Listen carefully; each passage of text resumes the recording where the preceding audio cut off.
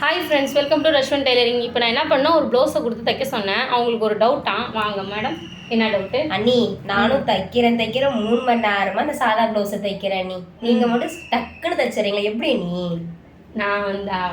நானும் நீங்கள் இதேமாரி ஒரு ஆரம்பத்தில் உங்கள் ப்ளவுஸ்லாம் எவ்வளோ நாளில் தைச்சிருக்கீங்க, எத்தனை நாளில் தைச்சிருக்கீங்க, இல்லை எத்தனை ஹவர்ஸில் தைச்சிருக்கீங்கன்னு எனக்கு கமெண்ட்டில் சொல்லுங்கள்.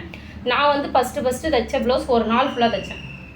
நீ நான் 3 மணி நேரத்தில் முடிச்சிட்டியே. நான் ஒரு நாள் ஃபுல்லாக தைச்சேன். எங்கள் அம்மா ப்ளவுஸை தான் தைப்பேன். எங்கள் அம்மா அவ்வளோ வருஷன்னு சொல்லுவாங்க ப்ளவுஸ்லலாம். இது சரியில்லை, அது சரியில்லை அப்படின்னு சொல்லுவாங்க. அதுக்கப்புறம் தான் ஒரு நாளுங்கிறது அரை நாள் ஆச்சு, அரை நாளுங்கிறது 1/4 நாள் ஆச்சு.